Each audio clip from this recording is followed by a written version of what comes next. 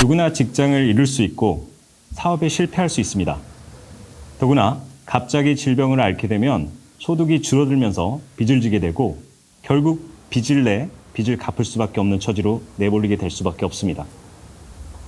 최근 신용회복위원회와 신용정보회사 등의 자료를 보면 돌려막기식으로 부채를 상환하고 있는 채무자들이 크게 늘고 있다고 합니다. 경기는 둔화되고 물가가 오르면서 서민들이 살기 점점 어려워지고 있습니다. 더구나 정부가 가계대출에 고삐를 쥐고 있어 한계 상황에 내몰린 계층이 많아지고 있습니다. 오늘 우리가 찾아갈 곳은 이렇게 어려운 상황에 처한 사람들을 도와주는 곳, 바로 신용회복위원회입니다.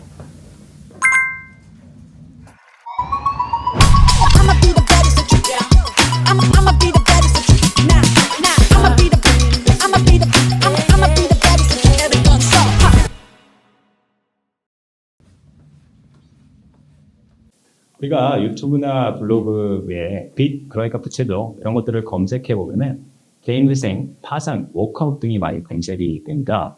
스스로가 이 빚을 감당하기 어려울 때 우리는 신용회복위원회를 찾아가게 되는데요. 오늘은 신용회복위원회에서 근무하시는 분을 찾아가 좀 자세한 설명을 듣도록 하겠습니다. 안녕하세요. 직장인 다이어리의 나필입니다. 오늘은 신용회복위원회에 나와 있는데요. 간단하게 자기소개 부탁드리겠습니다. 반갑습니다. 저는 신용회복위원회에서 14년째 근무하고 있는 정장호라고 합니다. 요즘 채무 문제로 많이들 어려워하시는 분들이 주위에 많은데 이번 인터뷰 영상으로 많은 정보 얻어 가셨으면 좋겠습니다. 네, 개인회생과 워크아웃, 솔직히 어떤 차이가 있는지 모르겠어요. 혹시 구체적으로 무엇이 다른가요? 저희가 이제 버스나 지하철 타면 이제 흔히들 볼 수 있는 것이 개인회생 그리고 파산, 신용회복 이런 게 이제 법무사, 변호사 사무실 통해 그 광고판으로 볼 수가 있거든요. 네네. 일반인 분들이 보기에는 많이 헷갈릴 수 있는데 그 차이를 저희가 한번 좀 정확하게 말씀을 드리겠습니다. 개인회생과 파산은 채무자 회생 및 파산에 관한 법률이라는 법률 절차로 진행하는 절차고요. 맨 마지막에 판사가 이제 결정을 통해서 채무를 조정하는 제도라고 보시면 됩니다. 네. 근데 워크아웃이라고 표현되거나 신용회복, 신용회복위원회를 통한 채무 조정은 그런 법률 절차가 아니고 신용회복위원회와 금융회사 가 맺은 협약을 통해서 채무 조정을 하는 제도라고 보시면 됩니다. 그래서 일반적으로 개인회생 파산은 법적 채무 조정 절차라고 하고요. 워크아웃, 신용회복위원회, 채무 조정, 여기는 사적 채무 조정이라고 합니다. 제가 간단하게 요 채무 조정 제도의 장단점을 좀 말씀드리자면 법적 채무 조정 제도는 판사가 결정을 통해서 조정을 하기 때문에 아무래도 채무 감면되는 폭이 좀 커요. 네. 그러나 이제 신청하는 비용, 왜냐하면 이게 법무사라든지 변호사 사무실 찾아가셔가지고 신청을 하게 되면 작게는 100만 원, 많게는 300만 원까지 비용을 지불하고 하셔야 되고 그리고 그 절차도 상당히 좀 복잡합니다. 네. 그래서 채무 감면폭은 좀 크지만 신청하는 비용이나 비용이 높고 그 다음에 좀 절차가 복잡하다라고 생각하시면 되고 신용회복위원회에 통한 채무조정은 상대적으로 채무 감면은 그렇게 크진 않지만 신청비가 무료이거나 5만 원 정도 수준이거든요. 그리고 신청하시고 난 다음에는 이제 크게 절차가 복잡한 게 없습니다. 그런 장단점 있다고 보시면 되겠습니다. 금액 차이가 이렇게 많이 나는 거 보니까 그렇다면 채무 조정을 위해서는 그냥 신용회복위원회를 이용하는 게 좋겠네요. 딱 그렇게만은 말씀드릴 수 없는 게 왜냐하면 채무 조정 제도가 이제 어떤 게 무조건 좋다라고는 말씀드릴 수는 없습니다. 왜냐하면 이게 각 개개인마다 좀 적용되는 방식이 좀 다르기 때문입니다. 모든 사람이 소득이 같거나 재산 보유 현황이 같거나 이럴 수 없기 때문에 그 채무자분의 소득 그리고 재산 본인이 아파트를 가지고 있는지 아니면 전세로 살고 있는지 이런 것도 분명히 다를 거고요. 그리고 이제 가족 배우자분이 어떻게 버는지, 가족분 또 재산도 봅니다. 그리고 채무가 있으면 얼마나 있는지, 뭐 1,000만 원 정도 수준인지, 뭐 몇 억 수준인지, 그리고 연체가 됐다면 얼마나 또 오래되었는지, 뭐 이런 좀 부분들이 많은 구성 요인들이 복합적으로 작용을 해서 그 채무자분들에게 적합한 채무조정 제도가 있습니다. 그러다 보니까 이거를 뭐 개인회생 제도가 무조건 좋다, 파산이 무조건 좋다 이렇게 말씀드리긴 좀 어렵고요. 채무 문제로 고민을 하고 계시다면 신용회복위원회에 오셔가지고 네. 저희 위원회에서는 그런 채무 상담을 무료로 제공하고 있으니까 네. 오셔가지고 무료로 상담 받으시고 어떤 제도가 본인한테 가장 적합한지 네. 안내 받으시면 되겠습니다. 그런데 이제 빚을 일정 부분 탕감해 준다고 하더라도 빚을 갚다 보면 정작 생활이 안 될 것 같아요. 혹시 이 부분을 감안한 기준이 있습니까? 맞습니다. 이게 저희가 표현하기로는 최저생계비라는 표현을 하는데요. 당연히 이제 빚을 졌지만 뭐 300만 원 버는데 300만 원 다 빚 갚는 데 쓰면 못 살잖아요. 그렇죠. 네, 그러다 보니까 이제 최저생계비는 남기고 빚을 갚아라라는 좀 원칙 같은 게 있어요.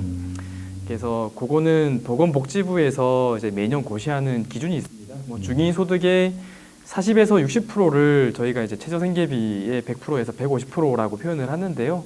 요 정도 금액은 이제 먹고 사는데 쓰고 최저생계비니까 말 그대로 네. 나머지 그걸 이제 가용소득이라고 하거든요. 네. 원래 소득에서 최저생계비를 뺀 금액을 가용소득이라고 저희가 표현을 하는데 그 가용소득을 이제 빚 갚는 데 쓰도록 보통 하고 있습니다. 물론 재산이 있거나 또 채무가 너무 최근에 많이 발생했거나 뭐 이런 좀 특이 사항 말고는 통상적으로는 그렇게 가용소득을 변제에 사용할 수 있도록 그렇게 변제 계획안이 짜여지고 있습니다. 뭐 혹시 그러면 워크아웃을 하다가 실패하고 개인회생을 신청하신 분들도 계실까요? 네, 많습니다. 왜냐하면 워크아웃 신청하실 때 상황이 또 바뀔 수 있지 않습니까? 네. 이행하시다가 실직을 하실 수도 있고 아니면 소득이 낮아질 수도 있고 갑자기 부상을 당하셔가지고 일을 못 하실 때도 있고 뭐 그런 경우 이제 뭐 맞춰가지고 개인회생으로 넘어가시는 분들이 있습니다. 근데 마찬가지로 개인회생을 하시다가 뭐 비슷한 이유로 또 우리 신용회복위원회 채무조정으로 넘어오시는 분들도 있습니다. 그래서 서로 뭐 왔다 갔다 하는 경우는 그렇게 어렵지 않게 찾아볼 수 있는 사례라고 보시면 되겠습니다.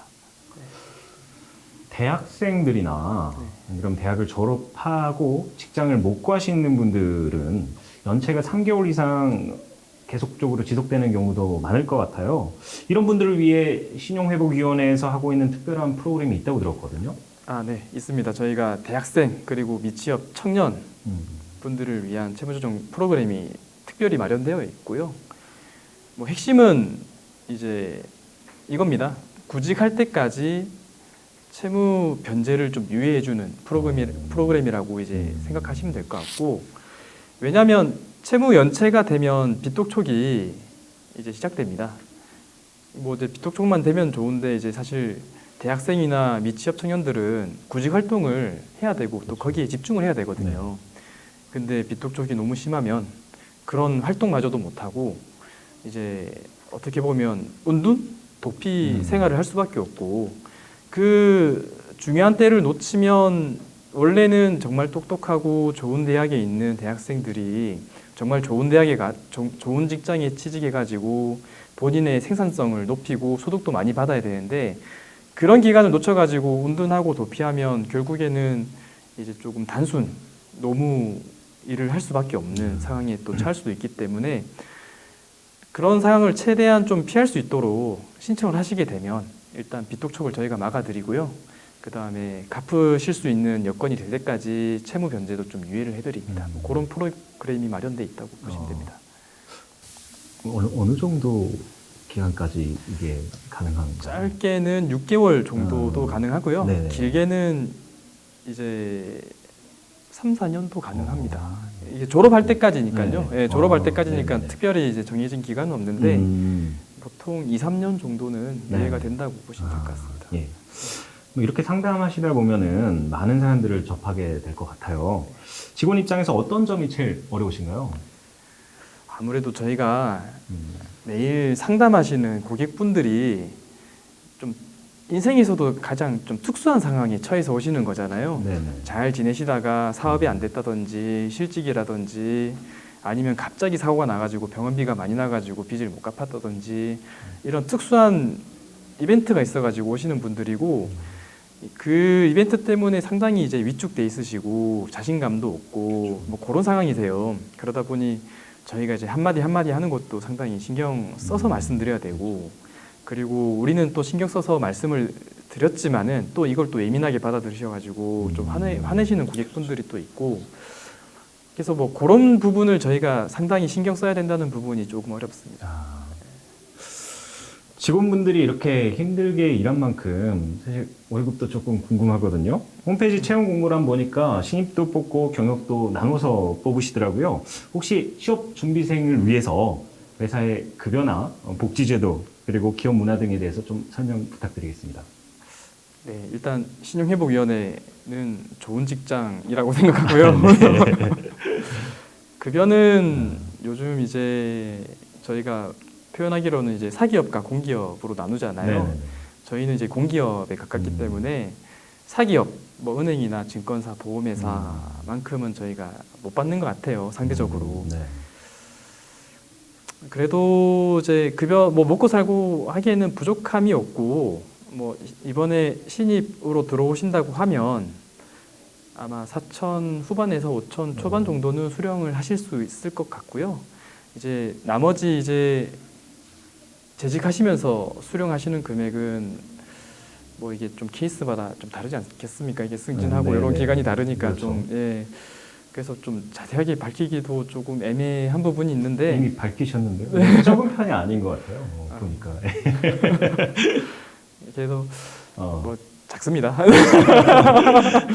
작은 뭐 저희가 욕심으로는 작고 네. 객관적으로는 작은 편은 아닌 것 같고 네네네네. 다만 뭐 그냥 제가 생각하기로는 그냥 공공기관 뭐 금융 공공기관 평균 정도인 네. 것 같아요. 뭐 대표적인 혹시 복지 제도를 좀 소개해 줄 수 있나요? 저희가 복지가 조금 많이 뭐 제 생각에는 부족하고 아직 더 개선해야 될 점이 많은데 뭐 그럼에도 불구하고 저희가 이제 복지 포인트가 이제 1년에 150만 원 정도 나와가지고 그걸로 이제 쓸 수 있고요. 그리고 뭐 동호회 활동도 이제 한 달에 한 2번 정도 할 수 있도록 이제 인당 25,000원 수준으로 네. 나와서 이제 동호회 활동 즐길 수 있도록 좀 해주고 그리고 문화 활동이라고 해서 네. 반기마다 한 번씩 네. 저희가 이제 문화 활동이라고 해가지고 저기 뭐 미술관도 가고 네. 연극도 보고 뭐 이런 거 하는 것도 좀 지원해 주고 있습니다. 그리고 설날이나 뭐 명절 네. 그리고 근로자의 날 때 기념품 이런 거 좀 지급되고요. 이렇게 복지 제도가 좋은 걸 봐서는 기업 문화도 상당히 좋을 것 같은데요. 저희 기업 문화는 아무래도 이제 업의 특성이 있잖아요. 네네. 어려우신 분들 네. 오셔가지고 상담을 하고 그분들 어쨌든 간에 좀 일어날 수 있도록 그렇죠. 좀 지원을 해드리는 기관 회사다 보니까 네.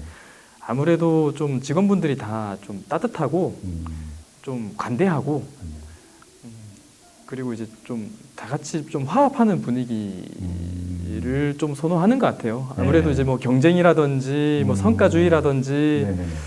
이런 분위기랑은 약간 좀 멀어서 음. 만약에 좀 그런 성과주의, 경쟁 뭐 이런 걸 좀 선호하시는 분이면 네. 약간은 좀 답답할 수 있을 것 같습니다. 그래요. 그러면 이제 취준생들을 위해서 한 가지 좀 요청을 드립니다.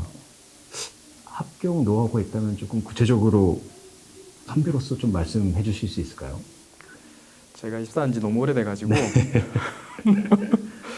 제가 말씀을 드리기가 좀 뭐해서 네. 제가 직접 우리 취업했던 젊은 직원분들한테 노하우를 들어서 왔습니다. 네네. 저희 신용회복위원회가 필기시험, 뭐 다들 그렇겠지만 필기시험이 있고 그 다음에 면접으로 이루어지고 네. 있는데요. 필기시험은 이제 NCS라고 웬만한 공공기관들 다 네네. 보는 그거랑 그 다음에 통합전공이라고 해서 법, 경제, 경영 과목으로 이루어진 통합전공 시험도 있고 그 다음에 논술 시험이 있습니다. 그래서 이제 필기시험은 NCS, 통합전공, 그 그다음에 논술 네. 요거 정도가 있는데요. 제가 얘기를 들어보니까 난이도가 좀 있다고 하더라고요. 그래서 미리 이제 채용 공고 보고 네. 준비하면 좀 늦을 수도 있다. 그러면 경쟁률은 어느 정도 되나요? 경쟁률은 네. 뭐 많을 때는 100대 1까지 된 적도 있었는데요. 네. 요번에는 이제 뭐 50대 1, 40대 1 뭐 요 정도 수준에 이제 된 걸로 알고 있습니다. 상당히 쉬워 보이지는 않네요. 뭐 시험도 봐야 되고 면접도 해야 되고 논술도 봐야 되고 뭐 어렵지만 그래도 도전하면은 언젠간 열리겠죠. 그러면 한 몇 명 정도가 입사를 하게 되는 건가요? 1년에? 올해는 저희가 40명 채용하는 걸로 지금 절차를 진행하고 있고 네. 아마 최종 면접까지 네. 마친 상황으로 제가 알고 있습니다. 그렇군요. 이 40명 중에 이제 대부분이 신입 직원으로 구성되어 있고요. 경력직은 이제 전산인력 같이 좀 특수 직군에 한 3, 4명 정도 네네네. 있는 걸로 보시면 되겠습니다. 근데 정작 회사에 입사하더라도 뭐 회사마다 어떻게 보면은 그 월급과 복지 그리고 고용 안정성이 좀 현저하게 다르잖아요. 혹시 이런 부분들은 신용회복위원회에서는 어떻게 좀 대비가 되고 있는지? 아무래도 이제 저희가 역사가 2002년도 신용회복위원회가 설립이 됐습니다. 월드컵 그때, 때. 예, 월드컵 때 2002년 10월에 설립이 네네네. 됐는데요. 그때 아시겠지만은 이제 그 다음 연도에 카드 대란이 있었고, 네네네. 그 다음에 그 전에는 이제 IMF 때문에 이제 많은 은행 원분들이 정리해고 돼가지고 이제 다른 업을 하셨었잖아요. 저희 신복이 설립될 때 구성원 대부분이 그 정리해고 되신 은행 원분들이었기 때문에 그때만 해도 이제 사실 저희 위원회가 고용 안정성이라든지 뭐 급여라든지 복지라든지 이런 처우를 주장할 수 있는 좀 여건이 안 됐어요. 왜냐하면 정리해고 됐다가 경력직으로 오셨는데 본인을 이제 고용해 준 것만 해도 감지덕지인데 여기서 월급을 더 달라, 복지를 더 해달라 주장할 수 있던 여건이 안 되었던 거죠. 그래서 이제 저희 위원회 신용회복위원회가 정착이 되고 기반이 점점 안정화되면서 그런 부분이 좀 더 개선이 됐고 2016년도에는 노동조합이 또 설립이 됐습니다. 네. 노동조합이 또 설립되면서 우리 노동자들이 이제 적극적으로 우리 위원회 직원분들이 이렇게까지 열심히 일하고 사명감 가지고 일하고 있는데 여기에 더 합당한 처우를 해달라고 이제 적극적으로 주장을 하고 있습니다. 네, 말씀 감사합니다. 오늘 시간 내주셔서 진심으로 감사드립니다. 네, 감사합니다.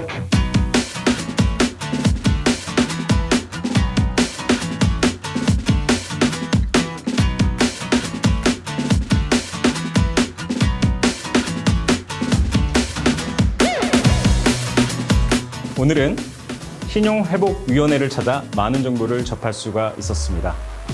대한민국 구석구석 일하는 모든 것이 행복하고 안전한 일터가 될 때까지 우리 직장인 다이어리가 함께하겠습니다. 굿잡!